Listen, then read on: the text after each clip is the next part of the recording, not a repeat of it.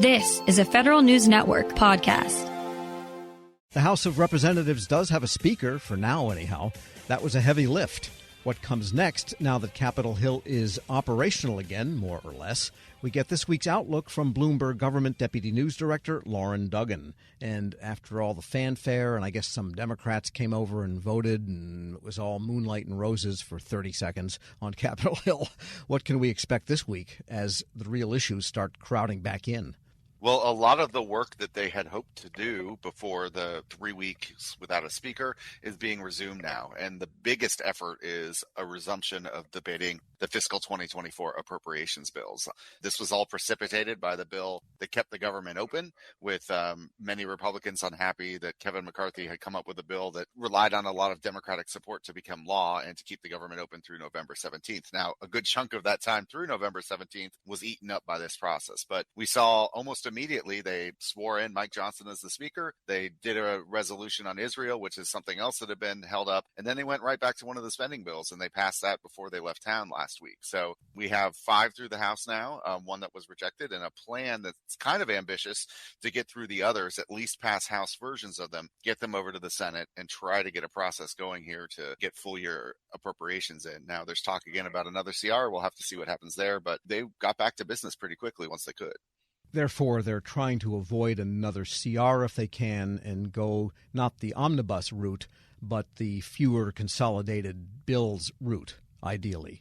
The plan that new Speaker Johnson had circulated even before he was Speaker, trying to win support from his colleagues, was maybe a CR into January or maybe April. So, let's make progress on the regular bills. Let's not go to the CR route quite yet, but he wants to keep that in his back pocket as a way to keep the government open. He may have more leeway to do that just because he's got almost universal support in the Republican conference. There were no votes against him on the House floor, unlike the other votes we had seen before that. So he might have the ability to do that. Now, he also has to work pretty quickly with Majority Leader Chuck Schumer and President Joe Biden, which, one chamber alone, one party alone in this system isn't going to get everything it wants. But, I think he could buy himself some time, but try to make progress and try to secure some of the wins he wants as a conservative, because that's kind of how he ran for the job, as somebody who wants to see conservative wins in these bills. Right. Maybe that's one challenge, is President Biden and Chuck Schumer. Maybe the bigger challenge are his own party members, the same group that ousted Kevin McCarthy. That's right. The motion to vacate that took out Kevin McCarthy is still there. But, of course, his path to the speakership once he was the nominee was much smoother than Kevin McCarthy's was, or Steve Scalise, Jim Jordan, or Tom Emmer, all of whom faltered after they won their party's backing. So I think he starts off in a somewhat stronger position, but you have to see how this plays out in the coming weeks. And what about the aid package that the president promised to request? That's, I guess, in front of Congress now. This, as the United States has been carrying out its own strikes against Iran or proxies in Iran over in Syria. That situation is not getting any less complicated either. It is not. And there's 2 packages now to deal with. One is the $106 billion that was requested for Ukraine, Israel, the border, and allies in the Indo-Pacific region, among others. And then there's a $56 billion domestic package to cover disaster aid, child care, other priorities that the administration has and that many Democrats in Congress will go along with. The question on all this is going to be packaging and what can you get through. Democrats have been viewing that $106 billion as one package to deal with, maybe a Ukraine plus Israel bill. We already heard last week from Speaker Johnson that he's looking at bifurcating those. Interestingly, he wasn't saying no to Ukraine aid, which is something that many Republicans on the House side are leaning towards now. They don't necessarily want Ukraine aid, and he might want some different strictures on that or different reporting requirements, so we'll see. But he may want 2 bills. The Senate Democrats may only want 1, so we'll have to see how that plays out. And the domestic spending could be a tough sell because, as you know, even before we got to this point, the domestic spending and the regular appropriations bills, there's a big gap between what the House and the Senate want. And so that's just going to complicate that discussion further. We're speaking with Loren Duggan. He's Deputy News Director for Bloomberg Government. So, yeah, plenty to go on here, and they're not going to recess, correct?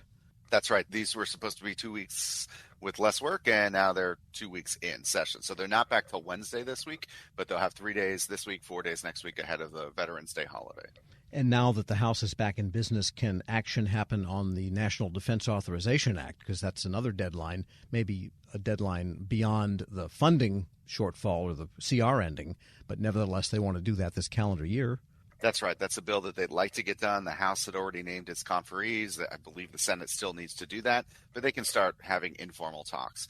The dynamic behind that bill has been the top line number. There's a lot of agreement. Maybe there's some gaps between different weapon systems or programs. They can work that out on that side. But there are riders in the House bill that wouldn't be palatable to the Senate. So we'll have to see how the negotiators deal with that when they sit down to talk about it. But you could see a path where that bill could be negotiated before the end of the year, come back to the two chambers and make it to the president's desk if they can resolve the gaps that exist between the House and Senate versions. But that one's pretty far along as these things go. And FAA and the Farm Bill, those authorizations, how are they coming along now?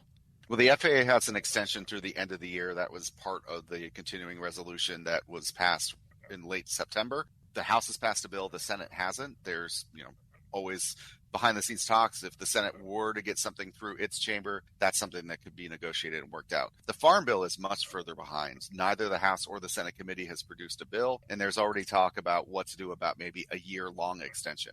Although that's tied to September 30th, the way that farm programs work, it tends to be more crop seasons and things like that are affected. But I would expect to push maybe even around the next continuing resolution, if we go that route, to tack an extension of that on so that they have until next year to really get going on that. There's a lot of work to do on that one in particular. And having taken a back seat is the issue of the holdup on nominations for promotion of general officers in the Defense Department, the Tommy Tuberville hold, and then there's a bunch of other administration appointments that need to be acted on by the Senate. Will we see progress on that? Yeah, the Senate has slowly churned through these things. But to your point about Tommy Tuberville holding up the military promotions, they pushed several through last month, and they're looking at ways to get more through, especially the slots on the Joint Chiefs of Staff that are open. There was talk last week about maybe do we push through a rules change? That doesn't necessarily seem to have gained traction yet, but we'll see action there.